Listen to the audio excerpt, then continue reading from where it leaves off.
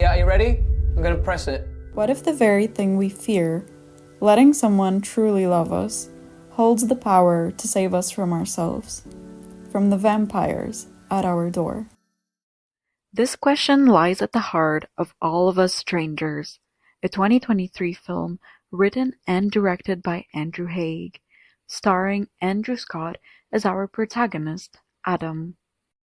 From the very beginning, the establishing shot sets an isolating stage for Adam with its colors and hues, as we can see his reflection hovering over the vast London skyline, emphasizing both his physical and emotional distance from the world around him. The sense of solitude is underlined moments later when the fire alarms go off in his apartment building. As Adam steps outside in an attempt to evacuate, we see that the building is practically abandoned, with only one other light on, Harry's.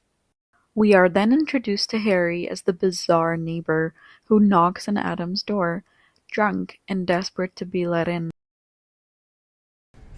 Okay, how about I come in anyway? If not for a drink, then for whatever else you might want. Adam, despite his dire need of human connection and intimacy, is reluctant and ends up rejecting Harry's advances. The scene presents a plethora of points to dissect, but one I would like to explore is when the neighbor points out the eerie silence in their building and asks, How do you cope? while we get the impression that Harry copes by approaching strangers with a Japanese whiskey bottle, this question is not just about the literal quietness of their surroundings, but also the overwhelming emotional solitude that they both seem to inhabit. This leads us back to another question that Harry asks in this scene, Do I scare you? which could be read as, "Does the potential of us forming a bond scare you?"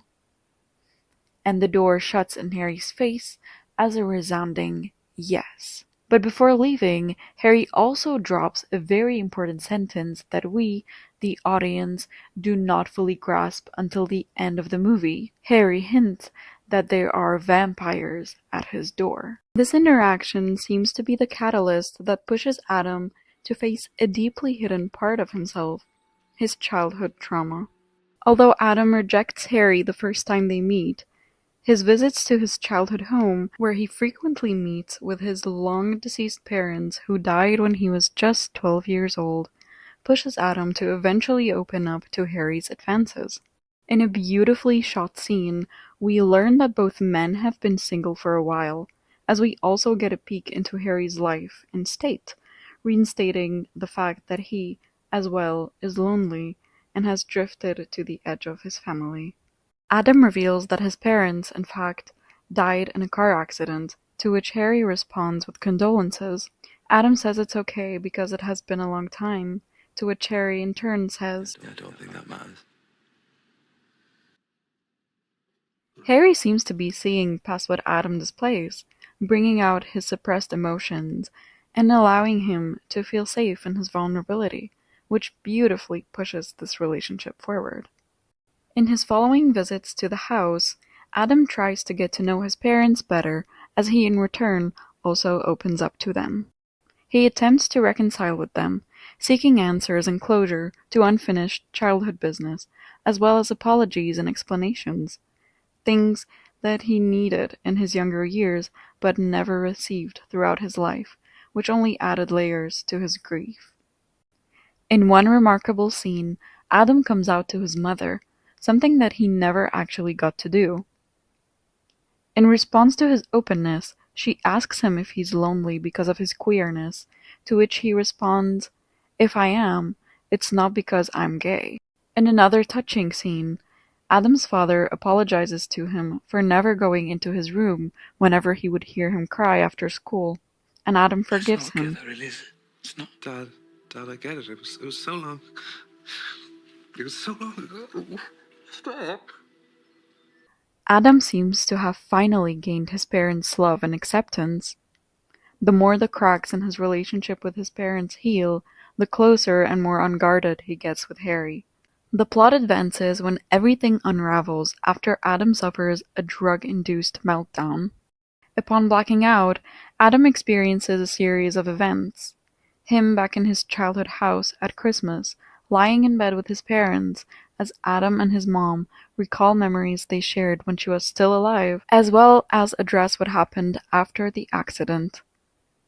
Things get even stranger when they're interrupted by Harry, who appears in the same bed.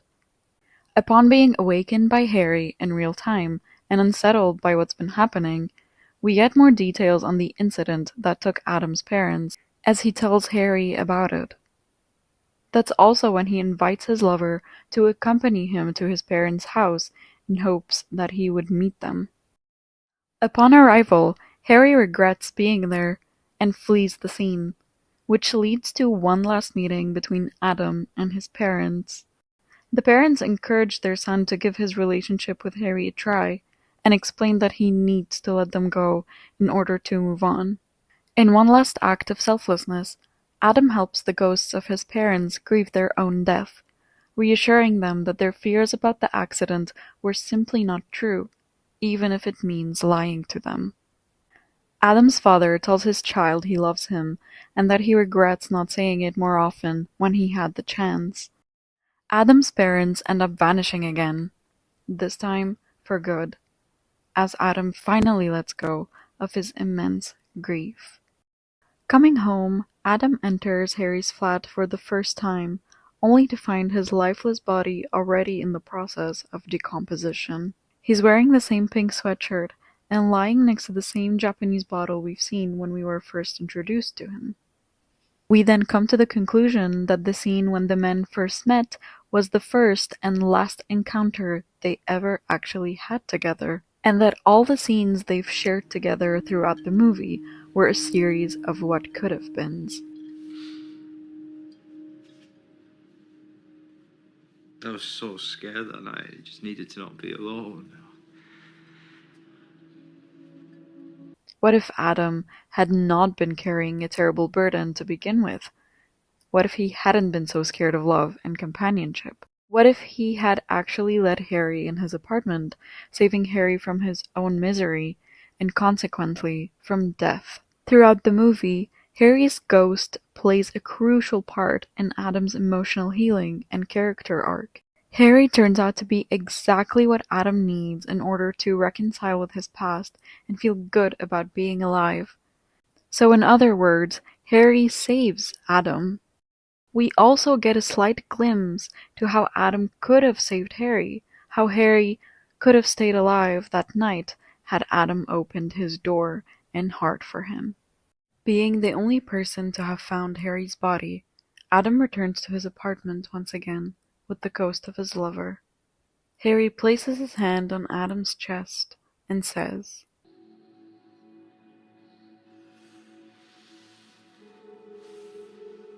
Don't let this get tangled up again. In this heartbreaking scene, Harry asks Adam to not let his death also be a pain that holds him back from happiness or pushes him further into pain.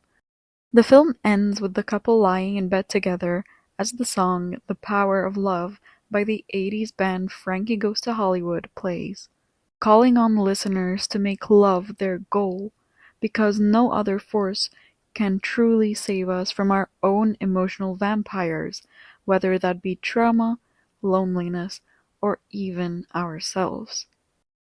In an interview with Time magazine, Andrew Haigh highlights the central theme of his film, stating, "By the end of the film, to me, it is basically saying that what is important in life is love in whatever way you manage to find that. Whether it's in a relationship, with your parents, or with a friend. You go through life finding love, losing love, and finding it again. Regardless of how one personally interprets all of us strangers, its undeniable beauty lies in its invitation to seek love relentlessly, even when it slips through our fingers." The film poignantly reminds us that in a world shaped by loss and grief as inevitable phenomena of the human experience, the only thing that can truly compensate for the absence of love is, in fact, more love, no matter how difficult or fleeting it may be. If there's anything to take from this movie, it's this. In many ways, the film is about how you integrate pain into your life. You have to find a way to move on and not let it ruin other relationships. All of Us Strangers does a great job at exploring the intersection of parental and romantic love, showing how each can profoundly shape the other, for better or for worse, and reminds us of the importance of healing so we don't become paralyzed by the vulnerabilities and risks that come with embracing love when it finds us again. Because with all the potential hurt, there also comes the potential of healing.